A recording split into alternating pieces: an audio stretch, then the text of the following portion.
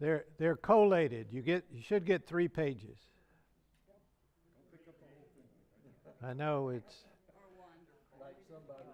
You know, yeah, paper airplanes. You know, when you go to college someday, you'll learn what it means collated. Of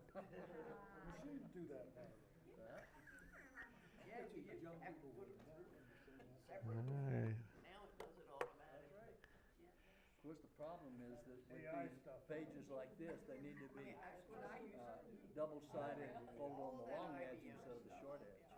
Wire the board. Because like this page, if you put it in a notebook, Yeah. that's upside down. Okay.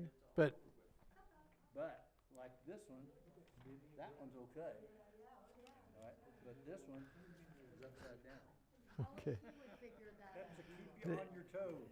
It's I don't know what to tell you, but I know if you come half hour or an hour earlier, you can do that. You can print them. Okay. I don't you know. So that'll increase my salary, right? Yes, sir. Yeah. At least. All right. So welcome to Grace School of Theology. Tonight we're studying 2 Kings. Would you please join me in prayer?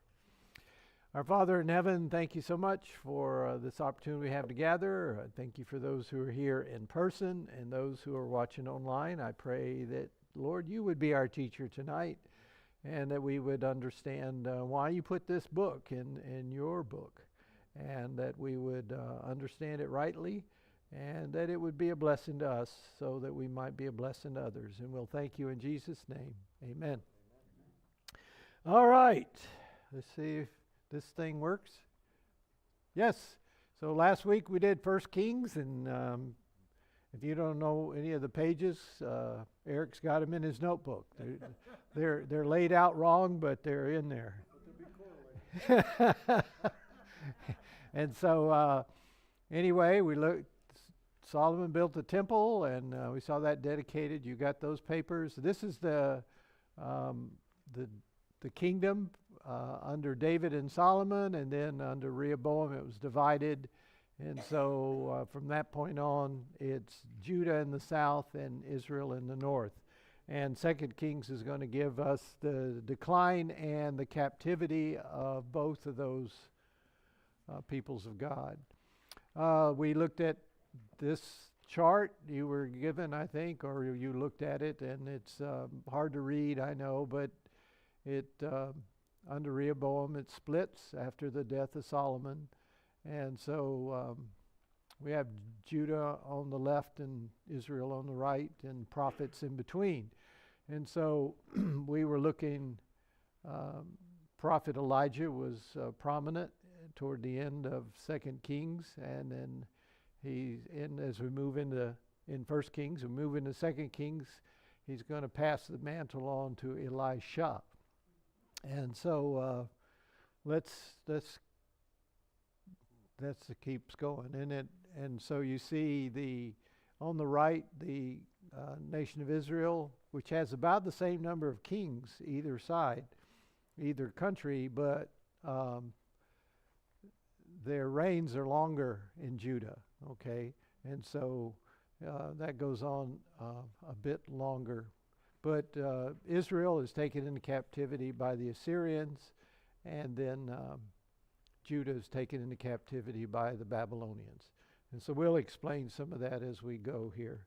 So I've given you the outline. This is the outline of both kings. In the Jewish writings, this is one book. This is found in the prophets, and it's called Kings. We call it Kings. And in our English Bible, it's divided into 1st and 2nd Kings. But if you read from 1st Kings into 2nd Kings, you see that there's no division there. It just reads from one to the other.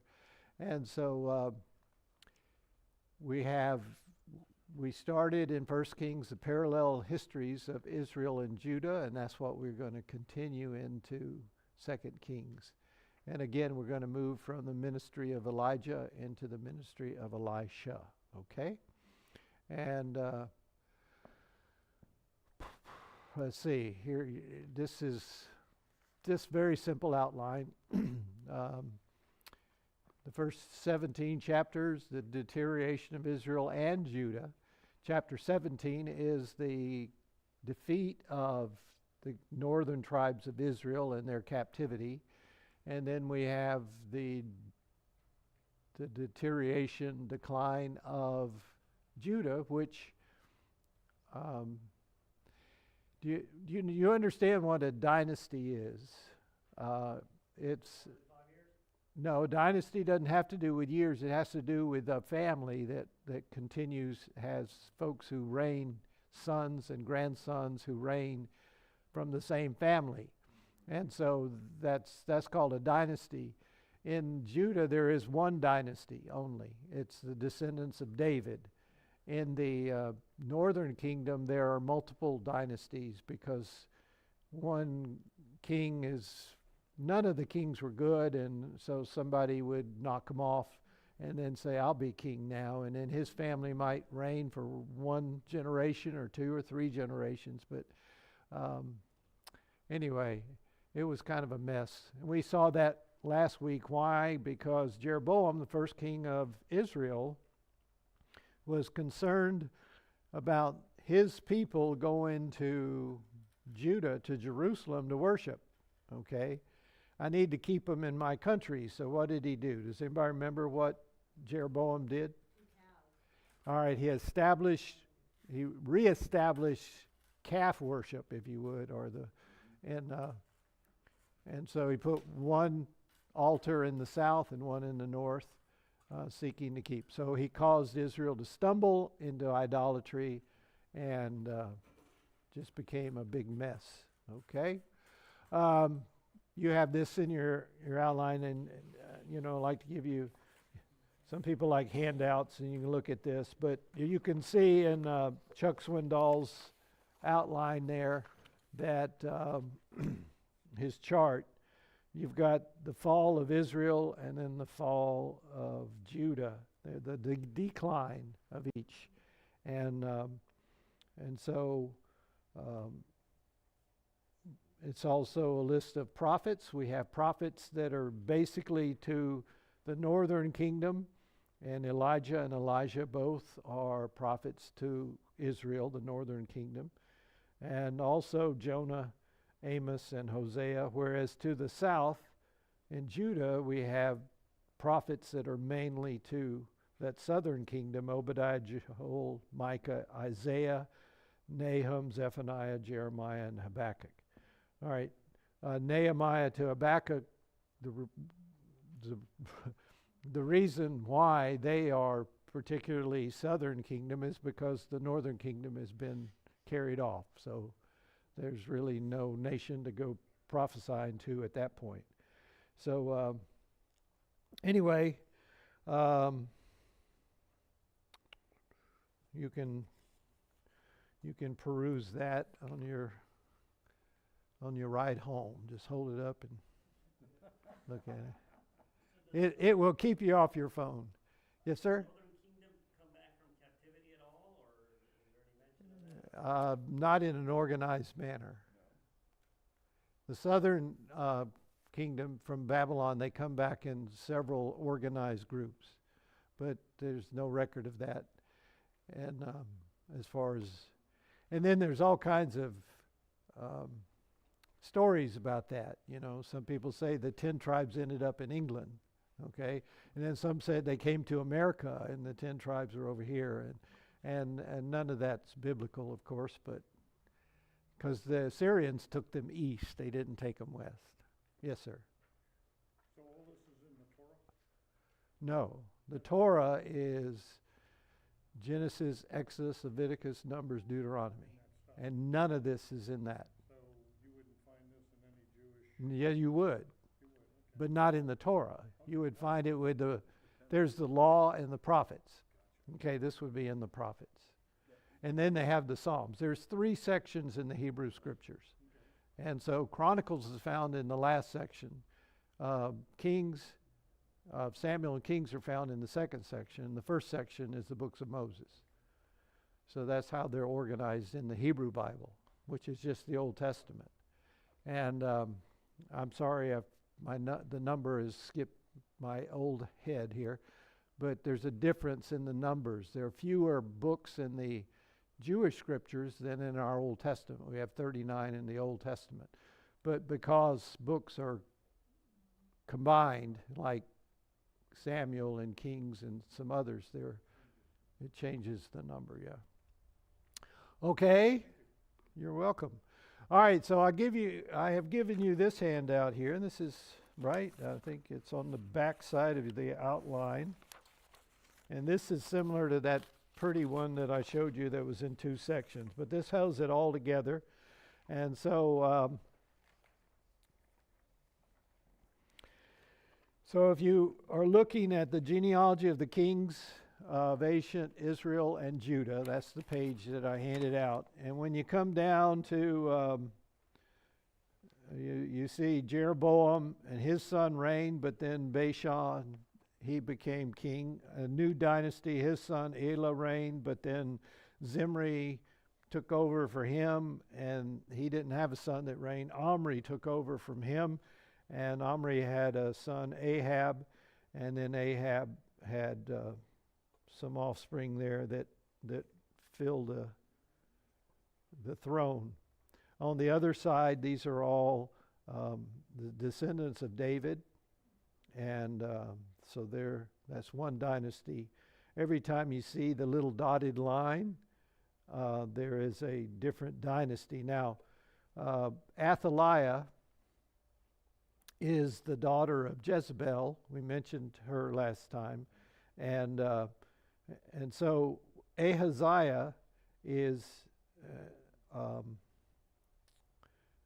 king at the end of 1 Kings and at the beginning of 2 Kings. All right, so right in there is the division of 1 Kings and 2 Kings. And then we have 2 lines. Now there's an intermingling there with Athaliah, and the daughter of Ahab and Jezebel, marries Jehoram, the son of Jehoshaphat. And that Jehoshaphat used to be a lot more discerning and spiritual, but he interacted too much with Israel and Ahab. And bad company corrupts good morals, I think is the idea. But Jehoshaphat, the good guy, basically. But his son Jehoram had a bad wife, and she had a bad... but his mother-in-law was worse. Okay, but that brought some trouble into the lower kingdom there. We read about it in 2 Kings. But Athaliah, when her son died, she actually killed all of her grandchildren that she could get a hold of. One of them was hidden by the priest. His name was Jehoash. And she decided that she should be queen. And so this is the only queen that's in and she was a usurper. And so that was bad news. But anyway, when the baby was old enough, which I don't think he was old enough, he'd be like first grade or something, and the priests brought him out and they blew the horn and said, "Long live the king," and then they had to put the queen to death there, and so so there's some interesting stories if you read the book. Read 2 Kings. And but you see that Israel has some more dynasty changes, and then Hoshea is the king when the Syrians have enough of them, and they conquer Samaria and they carry away the Israelites into captivity. On your other, anyway, that was 722 BC.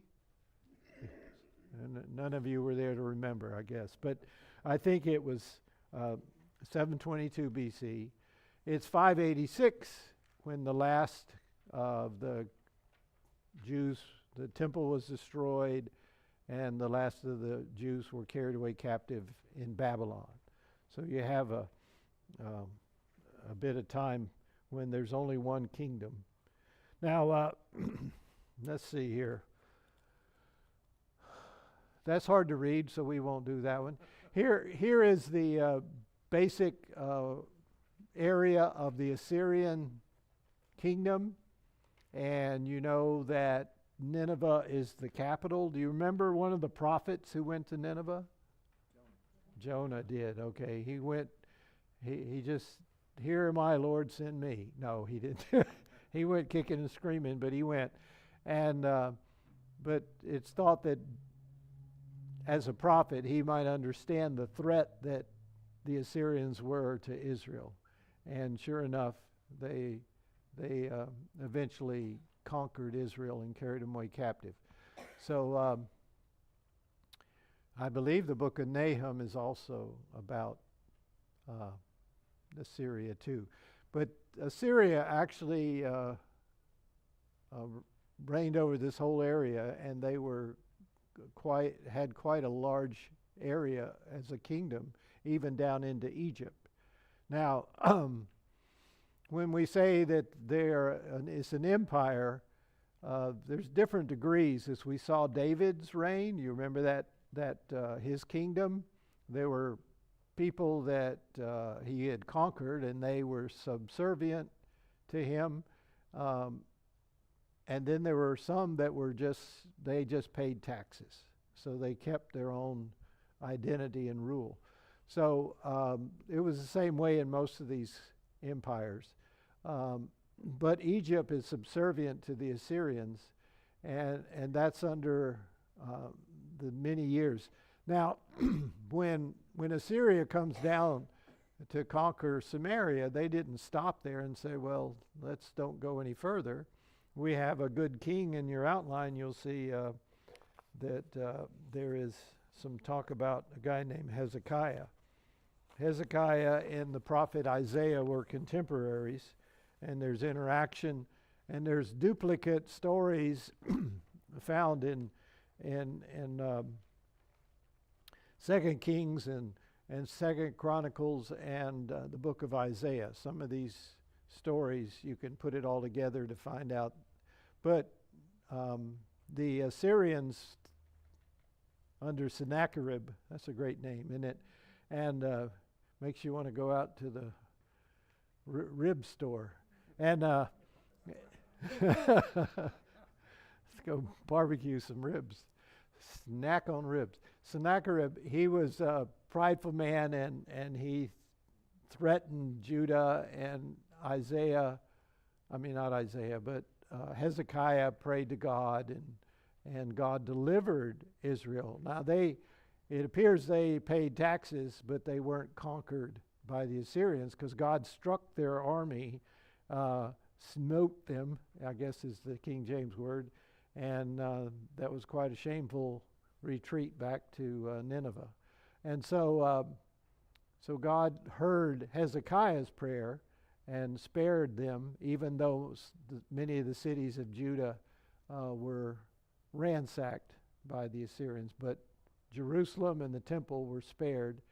And so, but Egypt was involved with Assyria. And that's important because, I'm summarizing all this stuff because we're doing an outline in it, a survey. So the Syrians were extremely ruthless. Okay, now if you've read any of the stories about Hamas and what they've been doing in Israel, it's horrible.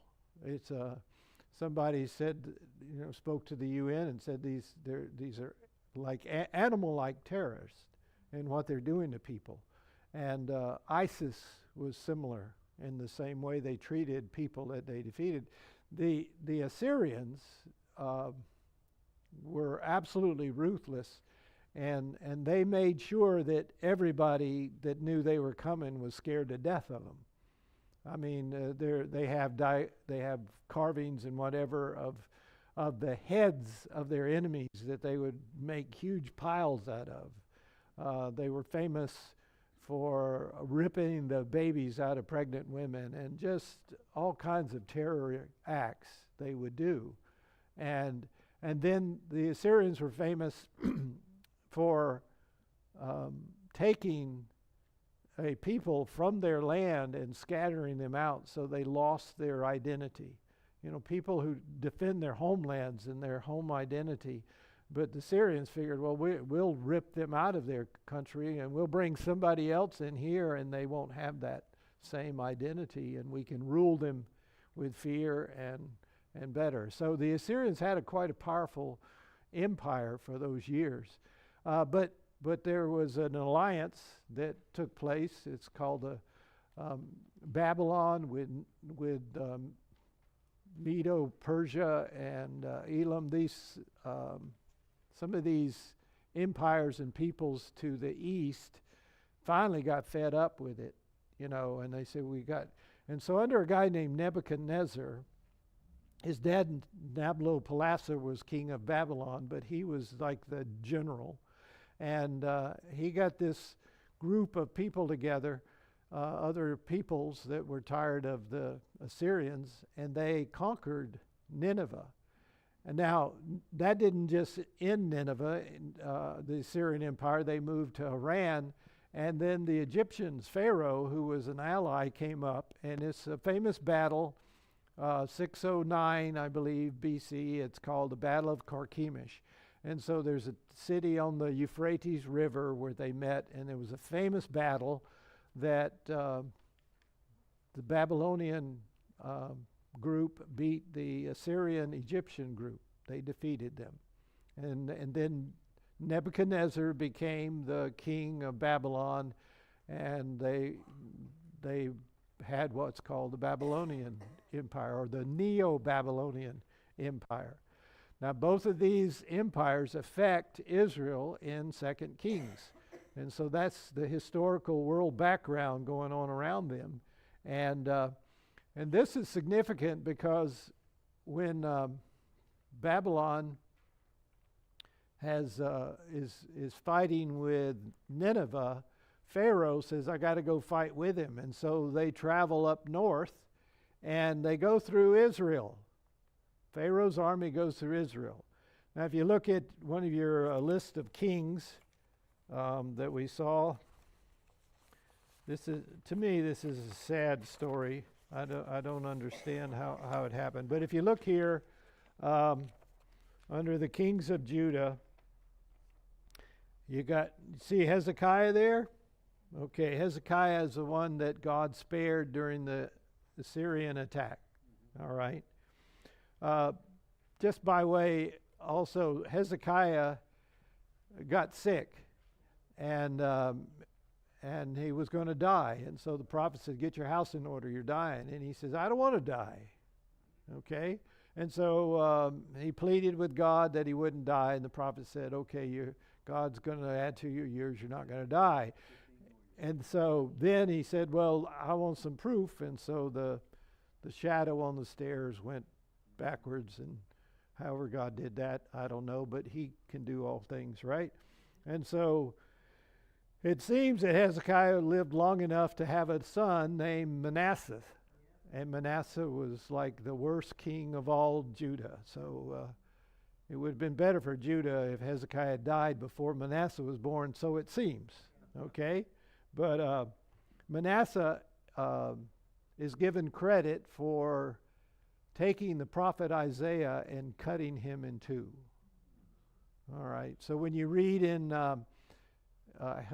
Hebrews chapter 11, it's talking what happened to people. I mean, they were delivered, they had all these victories, and then there were some that suffered, and one of the things they were sawn in two. Well, that seems to be what happened to the prophet Isaiah, the old guy.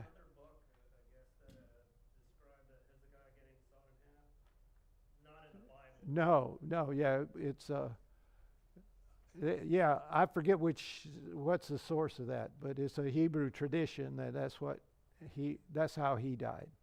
Okay, so Manasseh's a bad guy. Anyway, his grandson is Josiah. And Josiah is a wonderful king. He's a godly man. He brings all kinds of reforms in. But when Pharaoh Necho is going up to fight with the Assyrians against the Babylonian alliance, he goes through Israel, and Josiah, this good king that's been doing all kinds of good things in Israel, he says, we got an invasion going on. So he gets his army and goes out there, and Pharaoh says, listen, I'm not here to pick a fight with you, I'm just passing through. Well, Josiah, he didn't listen, and he got killed in the battle. And then he had 3 sons that reigned at different times and 1 grandson. And that grandson, Jehoiakim, he was so bad that God cursed him. Okay? And this affects the person of Christ, because how could the descendant of David sit on the throne if his family lineage had been cursed? God will figure it out, right? Well, God did show it. It was not one of these. David's son Nathan is the ancestor of Mary, and so she was of the lineage of and the house of David. And Joseph was of the kingly line, but he didn't offer any blood in it. He was just like a guardian father. And so that's the end.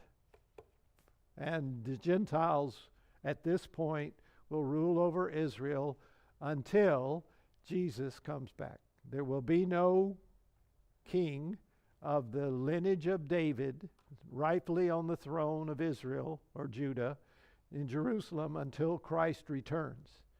And so Christ offered himself once there, didn't he? He rode into Jerusalem. Zechariah 9:9, told him, you'll see him. He's coming on a donkey and all that, But they didn't accept him, and so they're still waiting. But they will receive him, won't they? All right, so Josiah is killed, and as Pharaoh Necho is on his way to Carchemish to be defeated by the Nebuchadnezzar and his army.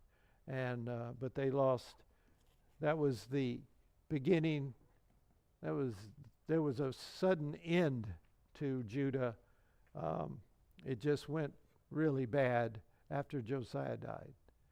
And so what we have here is Josiah was a good king, and when he ruled there was righteousness, but the hearts of the people were really not about righteousness for the most part, and as soon as he was gone, it went back to the way it was.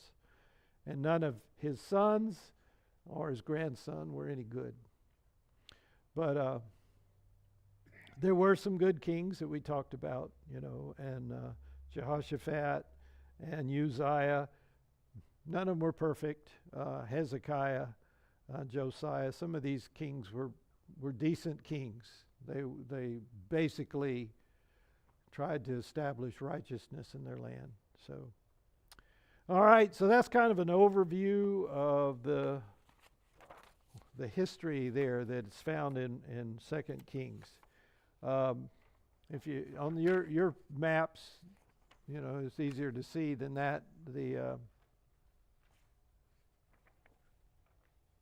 Carchemish is just west of Haran up there. So that's the famous battle in history, and that's when the Babylonians, they became the next world ruling empire, and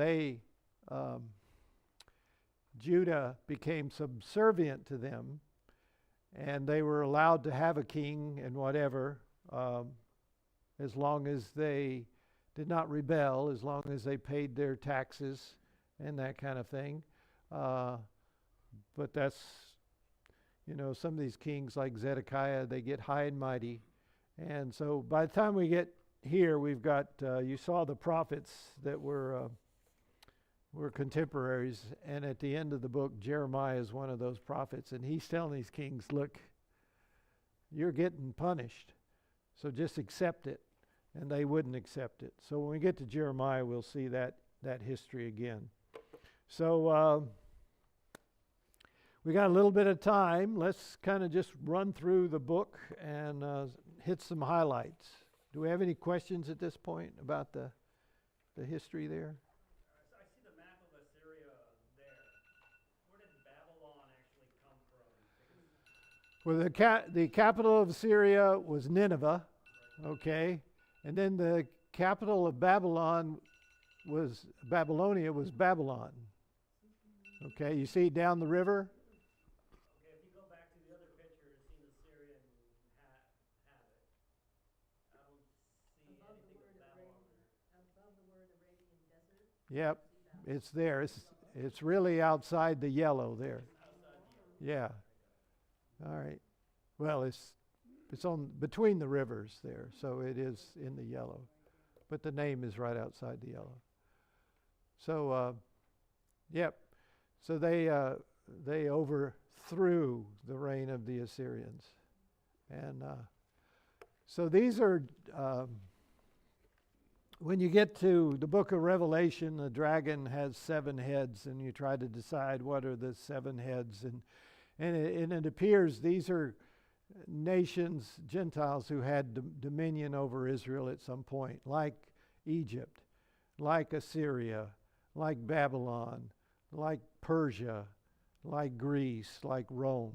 You know, that seems to be we know the last ones, but it seems to explain that those 7 heads of the Gentile ruling power. But the times of the Gentiles, when we get into the prophets, especially Daniel, who's carried off into captivity, we'll see that Babylon is the beginning of that, because now there is no king from the family of David sitting on the throne. So that God makes a distinction about that.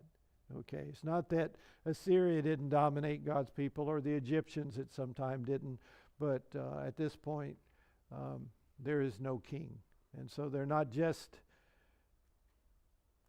paying tribute or whatever they are. They've lost their right to have a king.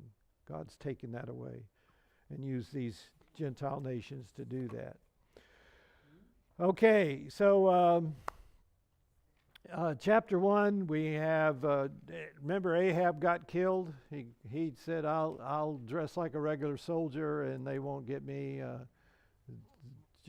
Jehoshaphat, he dressed like a king and God delivered him. But somebody shot an arrow into the air, and where it landed, Ahab knows. It got right between the chinks of his armor and killed him.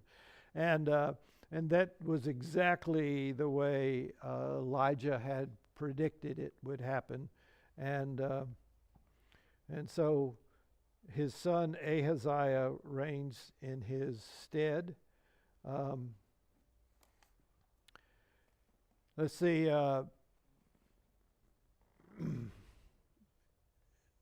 Ahaziah, in chapter 1, he falls through some lattice.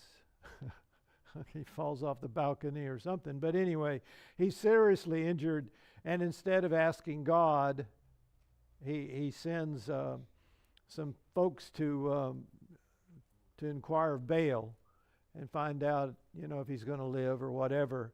Well, Elijah meets him, and it's not very good for the armies that are sent, because fire comes down from heaven and destroys them. And it happens twice. So about 100 people are killed by fire, which is generally, if you remember back in 1 Kings, there was Mount Carmel and the 400 prophets of Baal, and the fire that came down from heaven to take the sacrifice and the altar, and to prove God was God in Israel. And so fire comes down from heaven. Here it takes these, and so that story there, the detachment, God is demonstrating through Elijah his authority. And in chapter 2, we have Elijah being caught up in a whirlwind, and and there's this funny story there about Elijah saying, I want you to commission me. I want to do what you're doing. And he says, well, I can't give you the Spirit, but if you see me when I leave, then you'll get it. And Elijah wasn't.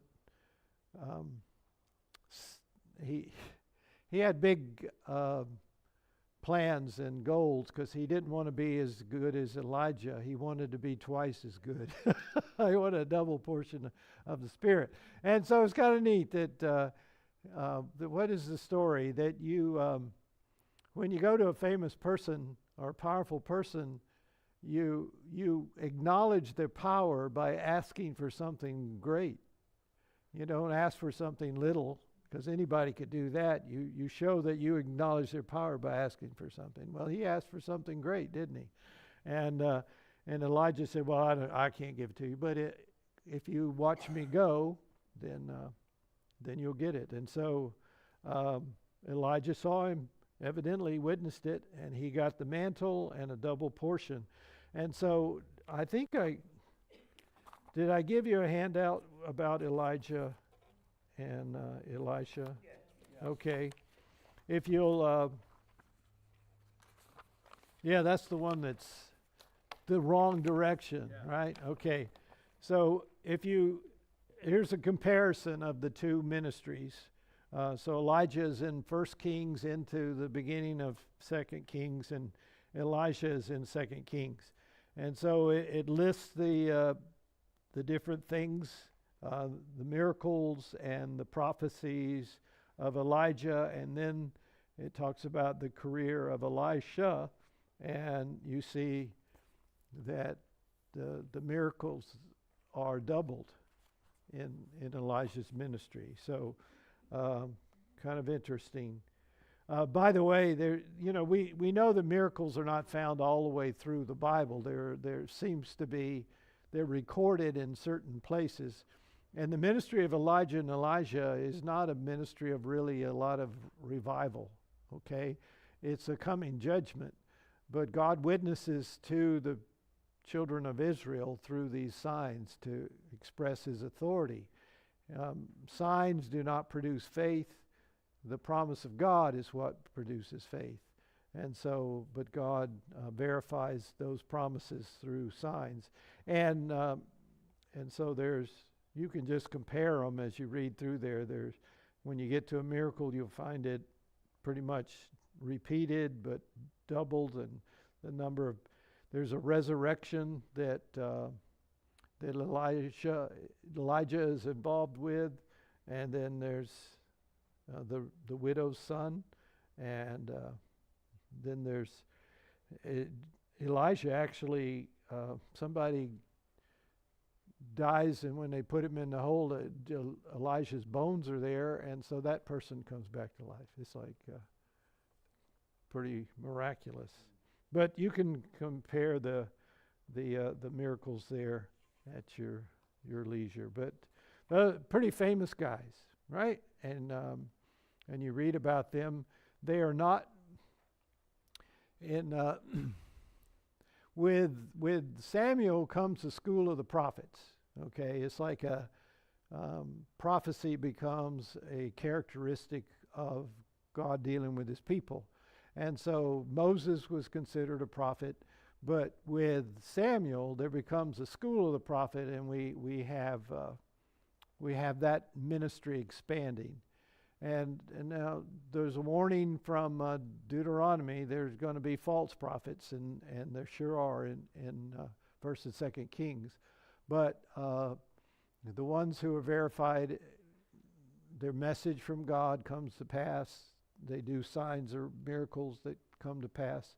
And so, but you can divide these prophets of Israel into two groups. There's canonical and non-canonical. Does anybody know what canonical means? It's what they accept as word from God. Okay. Well, we would say the canon is the written word. Okay.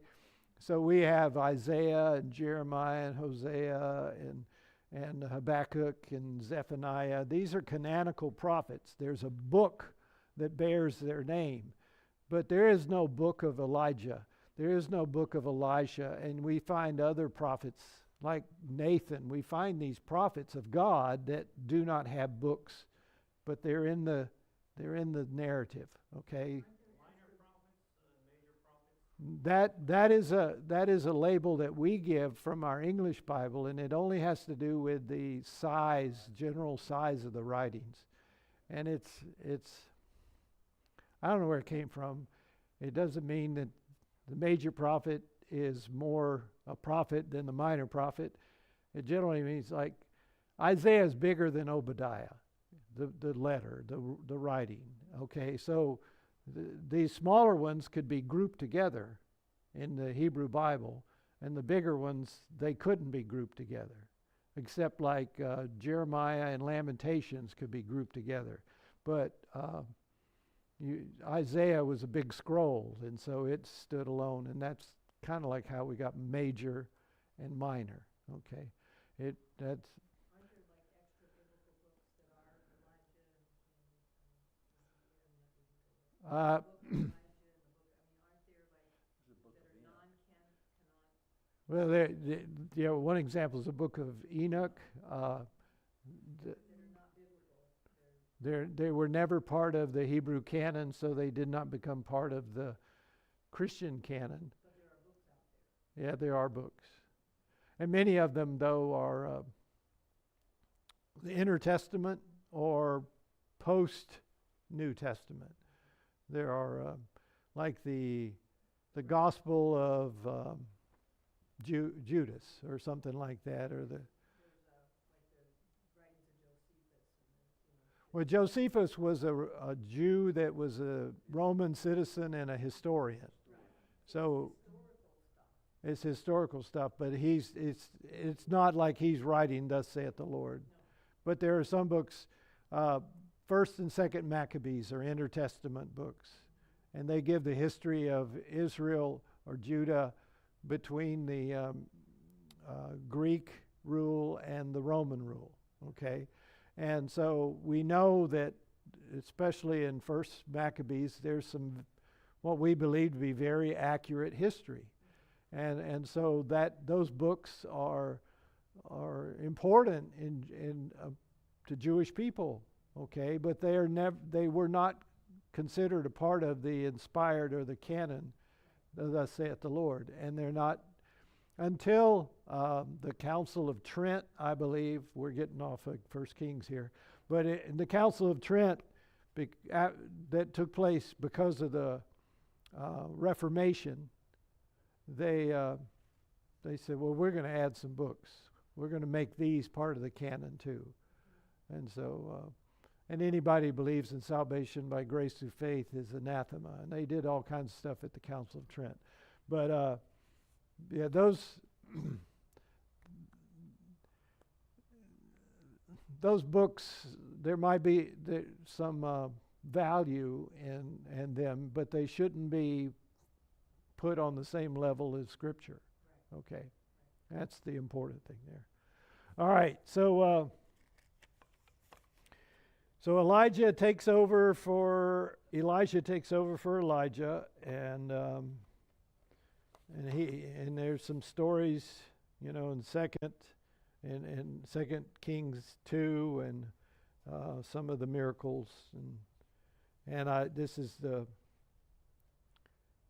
bears, the she bears, making fun of Elijah, the old bald head.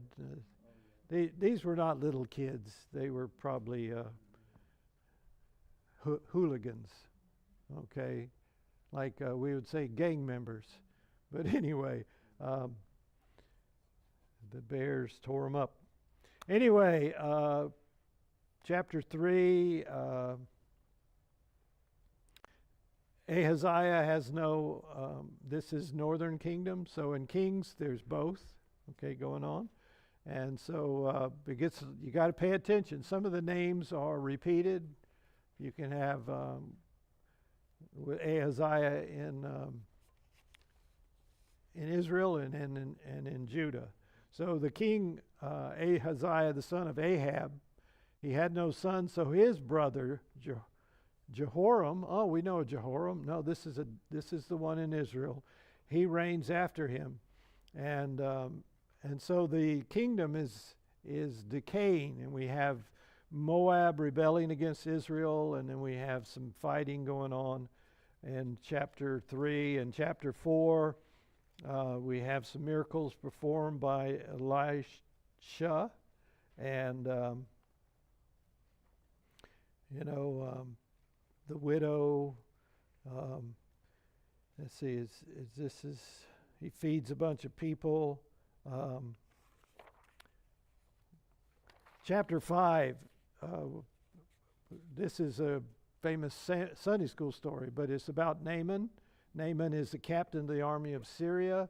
He becomes leprous, and a little slave girl, Israelite girl, says, "Hey, we got a prophet of God in Israel. He can help you." And so Naaman gets permission from the king of Syria, not Assyria, but Syria, and he goes to the king of Israel, and the king of Israel thinks this is a trick, and but anyway, he goes to the prophet, and the prophet doesn't meet him, but he says, "Go dip yourself 7 times in the river Jordan," and anyway, Naaman is not very happy about that, but he goes and does it anyway, and his skin comes out after 7 dips like a baby, and so that story is found there in chapter 5. Some more miracles with Elijah in chapter 6, like a axe head floating, and let's see. Elijah warns the king of Israel about a Syrian plot, and the Syrians lay siege to Samaria.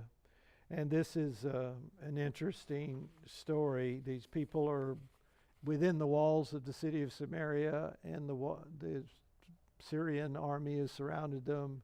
And so after a while, the food runs out, and these people are really in bad shape. And,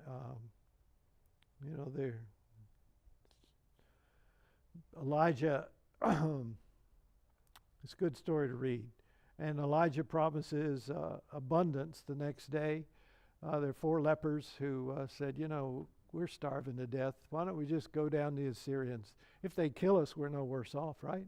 And so they go down there, and the Syrians have been run off by the Lord. And the sound, God had a way of doing that, and they fled, and God put fear in them. And so the lepers say, "Man, there's all kinds of food and everything," and they start eating, and then they feel guilty. They say, "Those people are eating one another back in Samaria, so maybe we should go tell them," And so they do, and just like Elijah predicted, the famine is over. I mean, the starvation is over immediately one day, and yeah. Got a lot of stuff, huh? Yep. Chapter 8, there's a famine for 7 years. Elisha goes to see, the prophets not only prophesied to God's people, but they would prophesy to the nations. If you read like Jeremiah, you see he's got prophecies about Babylon and prophecies about Edom and the surrounding nations. They would prophesy. God would give them messages about them. Elijah goes over to Damascus with the Syrians there, and he prophesies there. We got succession of kings in chapter 8. Chapter 9, we got Elijah sends one of the sons of the prophet to Jehu. Jehu is going to be given the kingdom, and there's a scripture about the watchman on the wall seeing the cloud of smoke, and there's somebody coming. Who is it? Well, it must be Jehu because he's driving furiously. It's like this guy was famous for how he drove his chariot. And anyway, this leads to the death of Jezebel, that wonderful lady, and Jehu is given the responsibility to cleanse Israel of the house of Ahab, and that's what he does. It was pretty rough. Jezebel is thrown out the window, run over by the chariots, and then eaten by the dogs. Okay, there's some really good stories in the book. Yeah, and so by chapter 10, the house Jehu is a cleaned house. All right, and he destroys Baal worship, but he leads them back into the worship of the calves, and so he doesn't get God's blessing because he had an opportunity to do something good and he didn't. And so Jehu, dies, and then Jehoahaz succeeds him. Chapter 11, here we're Athaliah comes in the picture. She sees that her son Ahaziah was slain by Jehu, and so she tries to destroy all the lineage of David. And this is talking about her relatives, her grandchildren. She's trying to destroy all them because that's pretty common in that day. They became a threat to her rule. Okay, and there's no precedent. There's no place for her to take the throne. It's just a power grab. All right, and so. And that's what she does. She was the queen mother, I guess you would call it. And her son dies. She says, I'm the boss now. And she was a wicked lady. And the priest takes her grandson, and hides him away. When he turns 7 years, they make him a king and kill the old lady. Chapter 12, grandson reigns 40 years. And he does what's right in the eyes of the Lord. So here's one of the few good kings. Going back and forth, chapter 13, Jehoahaz, the son of Jehu. He reigns for 17 years. He's just as bad as any of them. We have the death of Elisha in chapter 13. Okay. That's where, after he's dead, he does his last miracle. Okay, and pretty good. Gets a resurrection when somebody touches his bones. A dead body touches his bones. Anyway, chapter 14, Amaziah succeeds the throne of Judah. He does what's right, but does not quite measure up. He's defeated by Jehoash, the king of Israel, who takes Jerusalem, and he takes all the gold and silver. So these are supposed to be brothers, kinsmen, but there's war between them. And we have, let's just keep moving along. In chapter 14, we have Uzziah, who is also called Azariah, and he succeeds the throne in Jerusalem. He is a good king, but he's the one who, in chapter 15, he is not settled for the place that God has given him as king. That seems like a pretty good job, you know. He wants to be able to do what the priest does. And so he heads down to the temple to act like a priest, and God strikes him with leprosy. And he spends the rest of his reign in hiding there, quarantine or whatever they'd call it. So that was kind of sad because he had a good start, but he just got a little too big for his britches.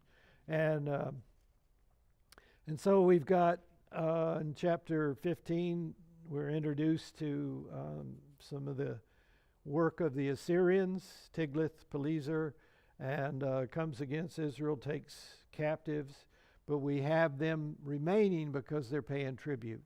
Okay, chapter 16, we have some kings of Israel, and it's interesting in chapter 16 in verse 6, if you're interested in trivia, where is the first time the word Jew is used in the Bible? It's in 1 Kings chapter 16, verse 6. 2 Kings. We're in 2 Kings. What are you doing in 1 Kings? 2 Kings. Yeah. All right. That's the first time it's used. 2 Kings 16:6. Yes, sir.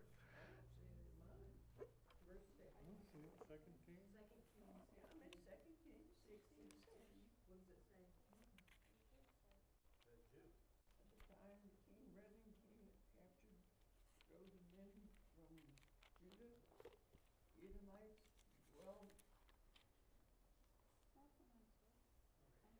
So it's not an NIV on there. What's it supposed to be? In the King James. I got the New King James, but it Yeah. didn't say it. Well, it's in the New King. It's not in the New King James. They're called men of Judah in the New King James. In the King James, they're called Jews. Called Jews. Yes. King So- James says Jews. Yep. The rest. Yep. And it was written before the New King James. All right, just some trivia. You have to use the King James Version for that. All right, chapter 17, we have the fall of Samaria. And so this is the capital of the northern 10 tribes. The Assyrian, we have a rebellion, and they say, we had enough of you.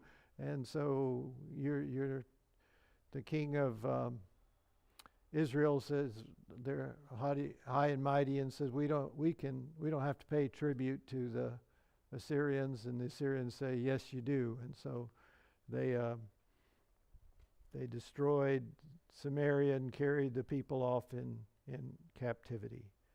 And then so now the only thing left as we go through here we will not be going back and forth after verse 7 or chapter 17 between Israel and Judah. There's only Judah left, okay? And there's some references to dates that way. But in chapter 18, good King Hezekiah is introduced to us, okay?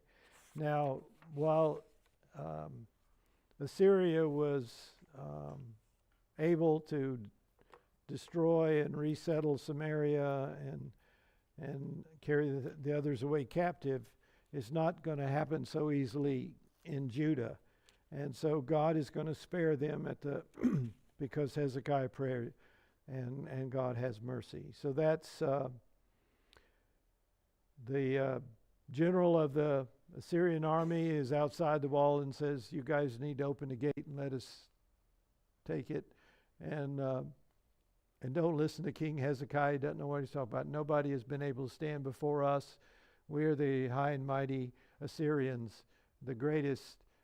We are the greatest.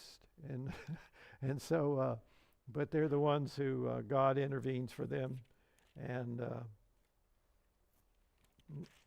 gives them deliverance. Okay? We're marching through here.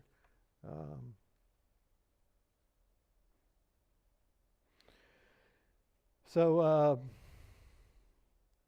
chapter 19, we have here listed the prayer of Hezekiah, and God answers that.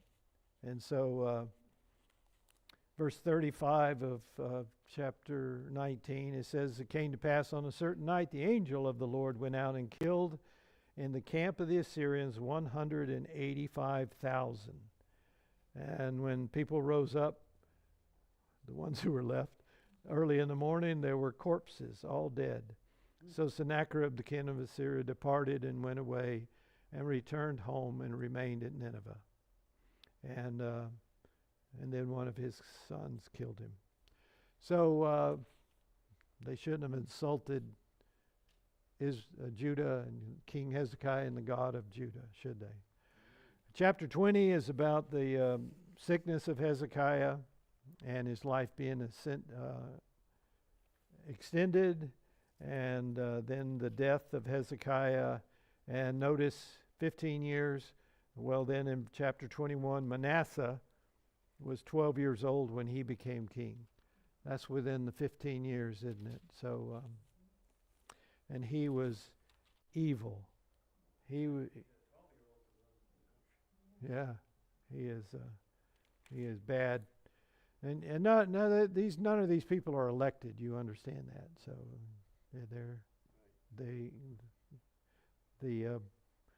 the throne is passed on to a son, and so One of the sins of Manasseh was shedding innocent blood and sacrificing children to idols. yep, that's right. He returned to all the practices of the Canaanites and the things that God warned him about, and anyway, he was evil. Chapters 22 and 23, here's where we get a good king. His name is Joash, and he started as a kid. You know, isn't it interesting how much there were? Josiah, yeah, he's 8 years old, in chapter 22, and he's the grandson of Manasseh. And he did what was right in the sight of the Lord and walked in all the ways of the father David. And it says in verse 2 there.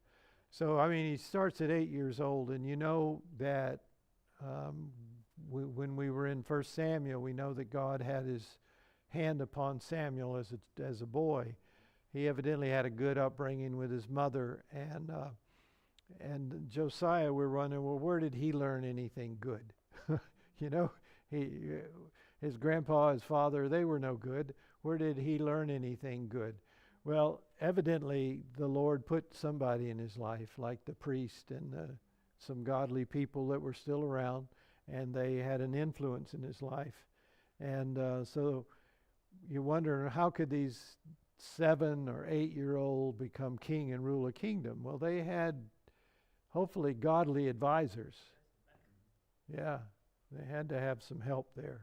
And God gave this young man some good people, Hilkiah the priest and some others. And so this is a good story, and it's a story of hope. You say, well, Judah has been going down and it's just hit rock bottom, right? And now there's hope. There's a glimmer of hope. We got a good king, and he's going to honor God. He's going to restore worship of Yahweh and temple worship, cleanse it, you know, get the tithes in and get the priesthood going and sacrifice and all this stuff. But when they're working in the temple, they find a copy of the scriptures. I think it's the book of Deuteronomy, personally, because when they bring it to Josiah and he begins to read it, and it gets to a point where he understands what's going to happen to Judah because of the word, what it says would happen to them. And so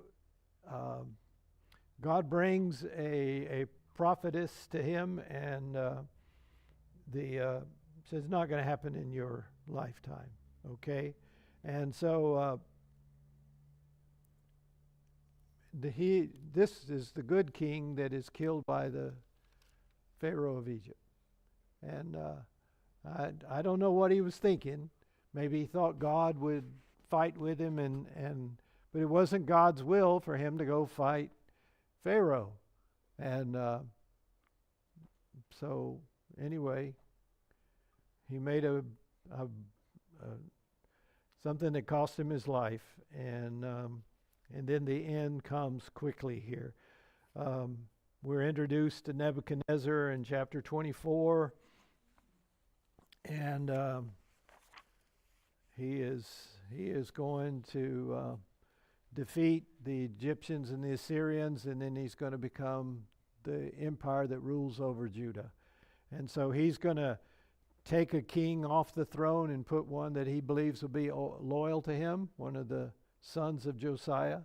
And it's just down here from there. The last king in 24 is Zedekiah. He's a son of Josiah, and he's the uncle of the last king, Jehoiakim, and he becomes king, and things are going okay, but he gets high and mighty and says, we don't have to listen to the Babylonians, and Nebuchadnezzar says, yes, you do. And so this is where we have the God's judgment on Israel, or on Judah, and the captivity of the first captivity. People like Daniel were taken, and they were taken to Babylon. Another captivity a few years later, people like Ezekiel are taken, and then at the destruction of the temple in 586, there's some more that are taken, and so that's how the book ends. There's a governor that's put in charge, Gedaliah. He's murdered by the Jews, and they have to run off to Egypt to try to hide from the king of Babylon. And they take Jeremiah, kicking and screaming, I guess. They took him to Egypt. And so that's where we end there. Now, what I thought we would do, how come we're over time? Did y'all notice that? So what I thought we would do is that we would do 1st and 2nd Chronicles together, because it's repeating a lot of what we've already covered. And so we'll, next week, Lord willing, unless Jesus comes back, we'll do 1st and 2nd Chronicles together, okay? Because it'll be kind of a review of some of the things we've done. All right, questions? Good. Father, thank you for letting us be here. Thank you for the patience of these folks to get through all of this. And I just pray you'd see us all safely home. And we ask this